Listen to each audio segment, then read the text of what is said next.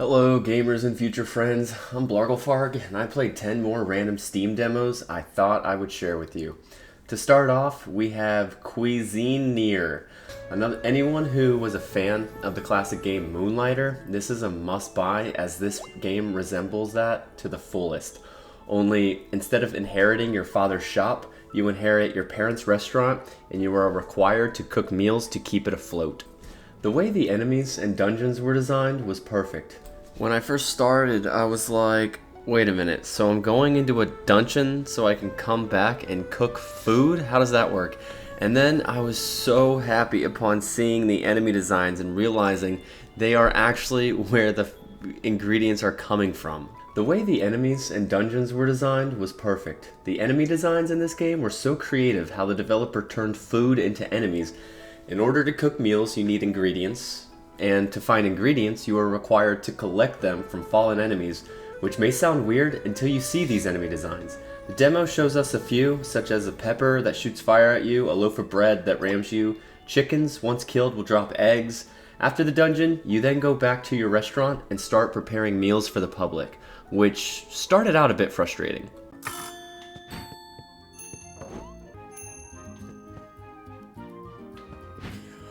We don't have fucking bread! We don't have bread yet. We don't have bread! If this guy wants bread, I swear to fucking God. We don't have bread! Yeah, we don't have bread. Fuck off. Or another chair for you to sit down, so go home. You've already been here once. What do you want? Let me guess, bread. Rotilla? Do we have that? Do we have rotilla? We don't have rotilla. Get out.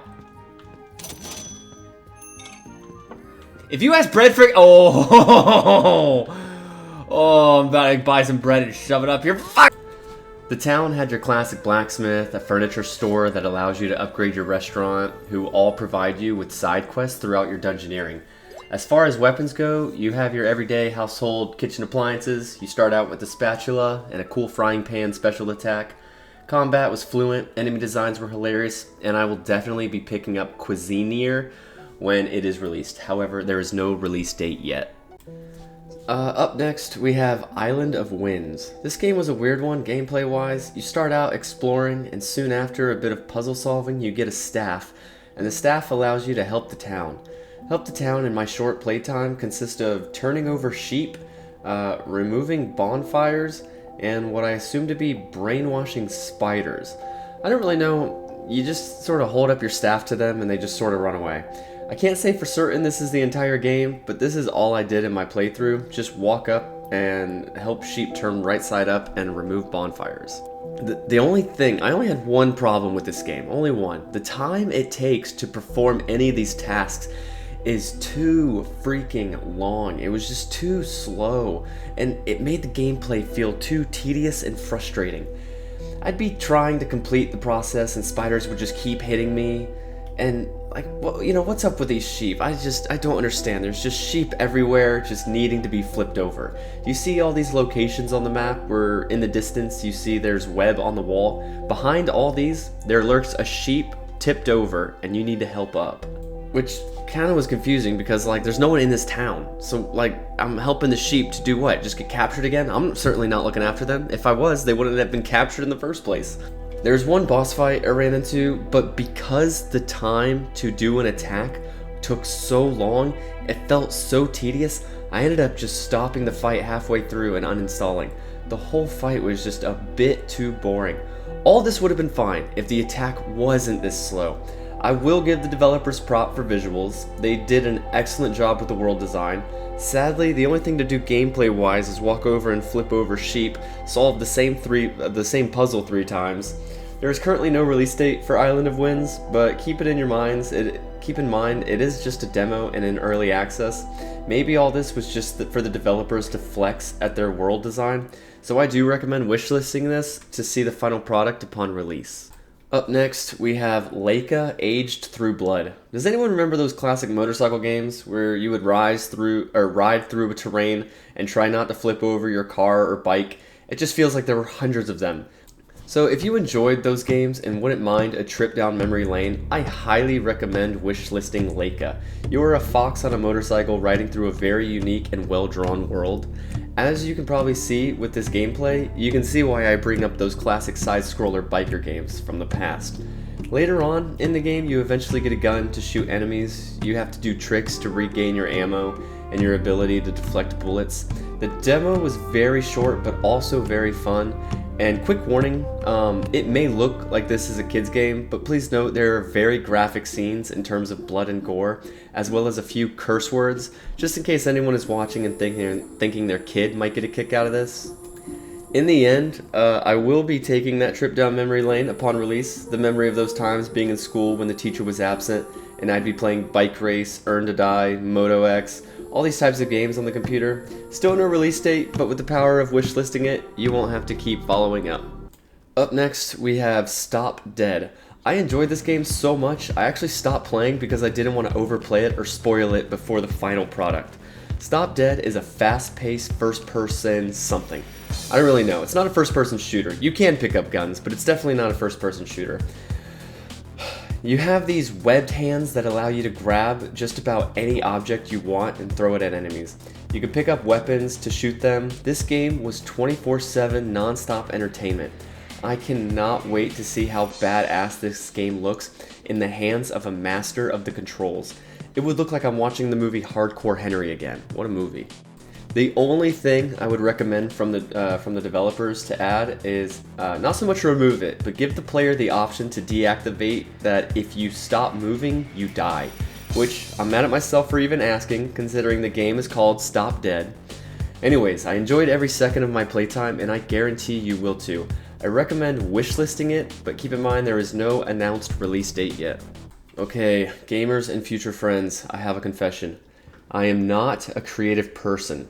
So for the next game, I would like to speak to the Coles of the world. Now what a Cole is the most creative and imaginative person that you know. When my friends and I did our Terraria playthrough, we all built our houses. My house was like a 10 by 10 little shack with no light, wooden walls, and nothing else. And then I decided to visit my friends' houses, and they were amazing. Made cool tree houses, countless rooms, a garden, a cool waterfall, all this awesome shit. And I know a lot of people are probably looking at this like, bro, like this isn't even anything either. Like, have you seen what the community can do? And yes, I have. And these are the Coles of the world, the people who can design this shit. So for this next game, I would like to speak to the Coles. So up next, we have Questmaster. Have you ever wanted to design and create your own dungeon? Because I have not. I enjoy the playing and the admiring part. The creating and designing part, I leave to the Coles. I think this game was pretty cool, giving the tools for one to create their own dungeon. I didn't have fun in the designing part, and I tried, and I was like, okay, I'll put a door here, I'll put a bush here, a chest here, and we're done. And then I picked up my computer and I threw it away, realizing that I suck at designing shit. So, great concept of a game to give the person the ability to create their own dungeon. I will 100% be picking this up on the assumption that the dungeons people design will be provided to everyone, such as Mario Maker allows for creating and sharing. I would love to see the unique dungeons that my friends and the community draw. If you are one of the creative minds out there, I recommend checking this out to see what you can come up with, and when the game releases, come back and share it in the comments if you can, as I would love to play it. Up next, we have Tales and Tactics. Tales and Tactics is a tactical strategy game. You are provided a game board where you and your opponent place the same number of enemies on the board and fight. The progression sort of acts like the same as Inscription, where you slowly march up the board one step at a time. You can see this on the left side of the playfield. I didn't really enjoy my time playing this. Every time I tried to begin the attack, the game was like, hey, dumbass, you sure you want to do this? I think you're playing it wrong.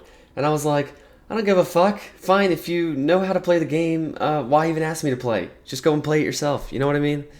The game seems to provide very little to the strategy part. The system appears to provide endless cycles of possibilities. Imagine we're playing Magic the Gathering, and instead of strategizing with the luck of the draw from your cards, you're just able to pick up all your cards and see them all. And you see how I have 5 players to choose from at the bottom? And I have like 4 roles that are free. I could do this cost with 0 talents.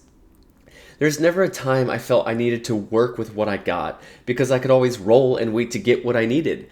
And placement never felt important in my playthrough. These guys right here, they just immediately disappear and reappear behind the enemy. Their placements felt entirely irrelevant. There was never a suspenseful moment in the fight, or a moment I was worried, caring if I won or lost. During my playthrough of Inscription, I was always on my toes. Me and the enemy would be neck and neck.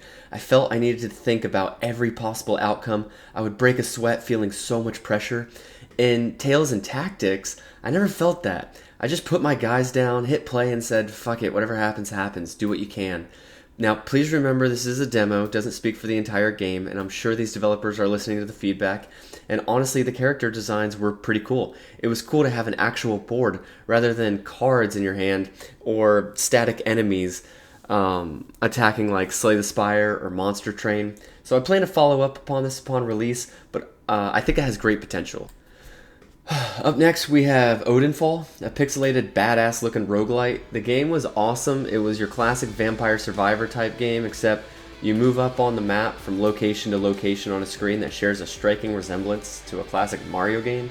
The only thing that I wish upon release of the game, and this is going to sound really stupid, but sometimes I felt like an unstoppable tyrant with some of these weapon choices, and I always like a good challenge. So as dumb as this sounds, I hope they have good achievements, like finish the game with just a dagger, to allow for one to have a larger challenge, one that someone would need a little push or a little guidance on what to do.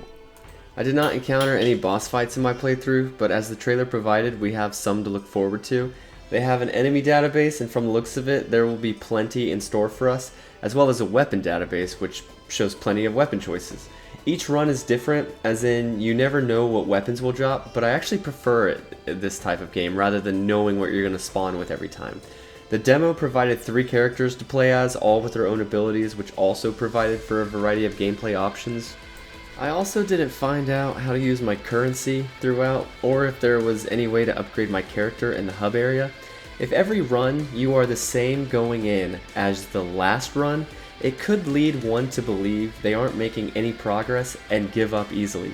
You need some sort of an award, metaphorically speaking, to why this run mattered, why you did this, why it was important. Otherwise, it feels like every time you die, it just feels similar to falling to the beginning of getting over it. But keep in mind, it is in early access and this does not dictate the final product. Odinfall is currently in early access with no set release date. Up next, we have Wizard with a Gun. You start out in a defeated and broken world and slowly start to rebuild. You reset time and re-enter the area where you set out to collect resources to rebuild after a time limit is provided.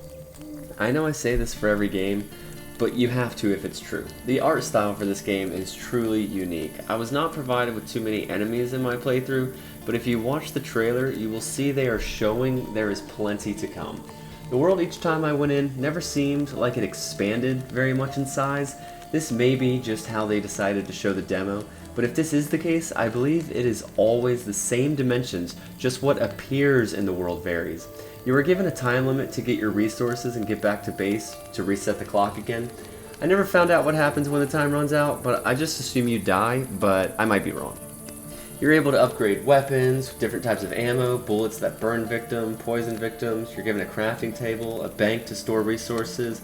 I suppose we will have to wait for the full release to see how much this game has to offer, but so far the demo tells us we don't have to worry. As I did in my last video, I have saved maybe not the best, but what I believe will be my favorite game of the bunch. Gamers and future friends, I present to you Valley Peaks.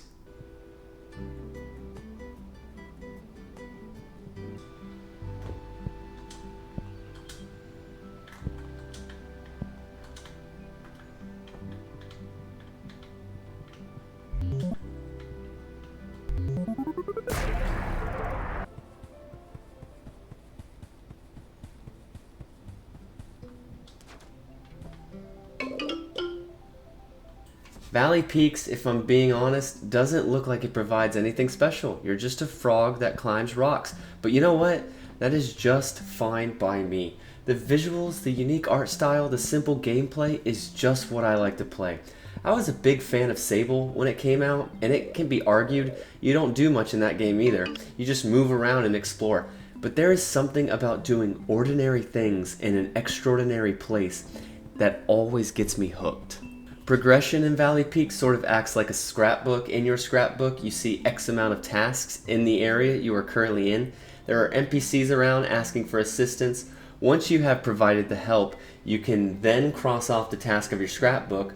Once enough tasks are completed, you then progress to the next area. The demo offered a bit less information than I think the game plans on providing. In the demo, it only provides you with a few climbing tasks to help place radio towers up, a time task as someone is asking you for help to find their pumpkins. But in the trailer, there are boats to drive. You can fly a glider, which implies I think that the world will be pretty big. Just an open world that provides you with complete freedom to do what you want to do and when you want to do it. I will 100% be picking this up on day one when it releases. Currently, it says sometime in 2023. And that does it, ladies and gentlemen, for the 10 random Steam demos I played. I hope you all have an amazing day.